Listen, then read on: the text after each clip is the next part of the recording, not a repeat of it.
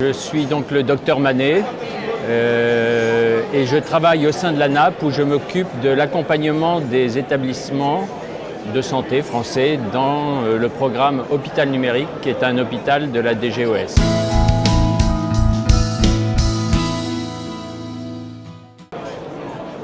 Eh bien, jusqu'ici, on avait l'impression que pour l'autorité publique, l'informatique hospitalière était un petit peu un problème accessoire auquel on s'intéressait uniquement en termes d'investissement. C'est-à-dire qu'on finançait des investissements, mais on s'arrêtait un petit peu là.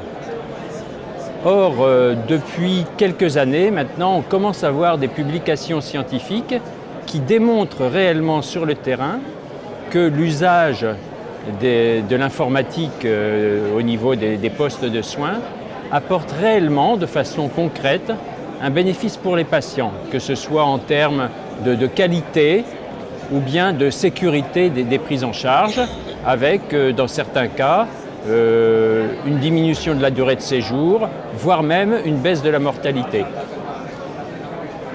D'un autre côté, on a aussi des éléments qui nous permettent de montrer qu'on a une amélioration de la performance des établissements hospitaliers.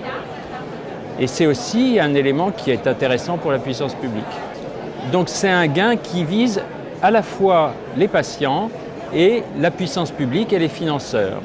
Et la démonstration en est assez récente et c'est l'objet de ce nouveau programme Hôpital Numérique qui a été présenté par la DOS et qui est vraiment de s'intéresser à l'usage sur le terrain des technologies et pas seulement à l'installation de logiciels sans s'occuper de ce qu'il devenait ensuite.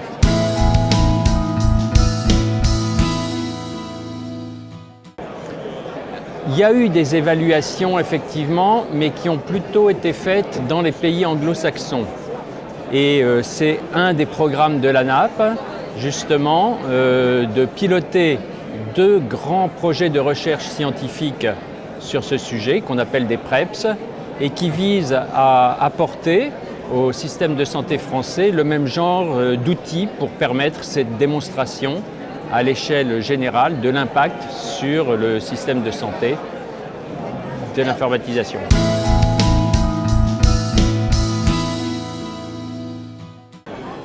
On fait partie de ce foisonnement et de cette révolution numérique précisément.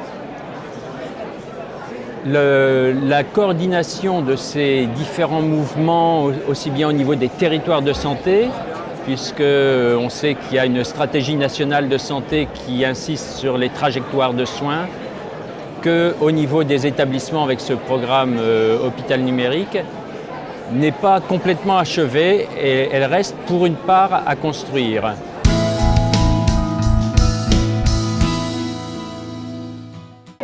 On a effectivement, au niveau de la puissance publique, plusieurs programmes qui ont été mis en place, que ce soit la stratégie nationale de santé avec des projets concernant les trajectoires de soins sur le territoire et également ce programme Hôpital Numérique. Et la cohérence entre ces divers aspects est encore en partie à construire.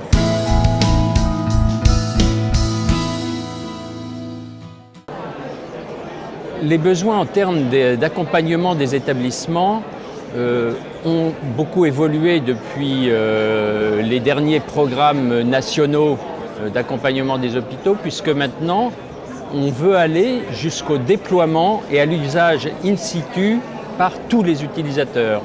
Donc on est passé des premiers stades au début où il s'agissait simplement d'acheter et de mettre en place des systèmes. Maintenant l'accompagnement va jusqu'à convaincre tous les utilisateurs et se mettre en capacité de les faire utiliser à fond le système pour en tirer tous les bénéfices que le patient est en droit d'en attendre en fait.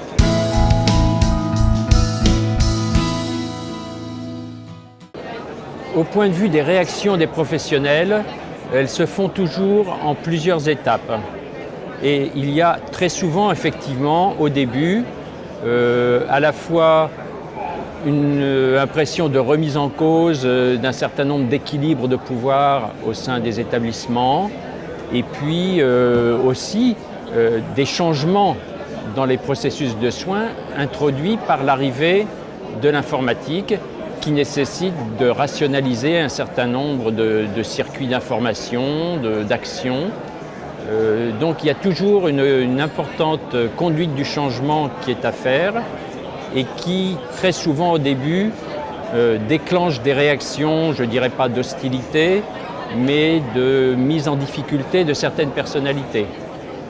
Néanmoins, de façon très habituelle, il y a, disons, une période de 3-4 mois d'accoutumance. Et quand, au bout de 6 mois, on propose de retirer l'informatique, à chaque fois c'est unanime, surtout pas, ça nous est trop utile. Mais il est vrai que pendant les premiers mois, c'est toujours très difficile.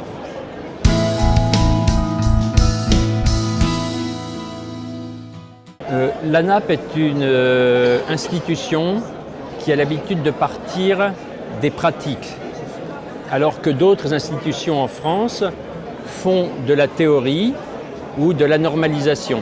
Ce n'est pas notre rôle à l'ANAP, on est plutôt dans un rôle d'accompagnement sur le terrain. On va à la recherche des meilleures pratiques par des visites sur le terrain. On en assure la capitalisation, on en tire des clés de succès, des facteurs d'échec à éviter. Et donc on est plutôt du côté des établissements. C'est-à-dire qu'à notre conseil d'administration et dans tous nos comités de projet, nous avons toujours des représentants des établissements, des fédérations hospitalières et on travaille plutôt avec eux qu'avec des théoriciens.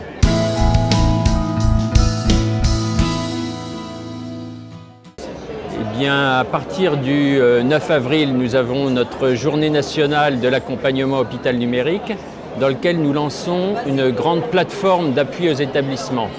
Et donc ils auront dans cette plateforme justement des forums dans lesquels ils pourront échanger entre eux sur leurs difficultés et puis interpeller l'ANAP et un certain nombre d'experts nationaux sur leur sujet. Et bien entendu, nous ferons tout pour les aider.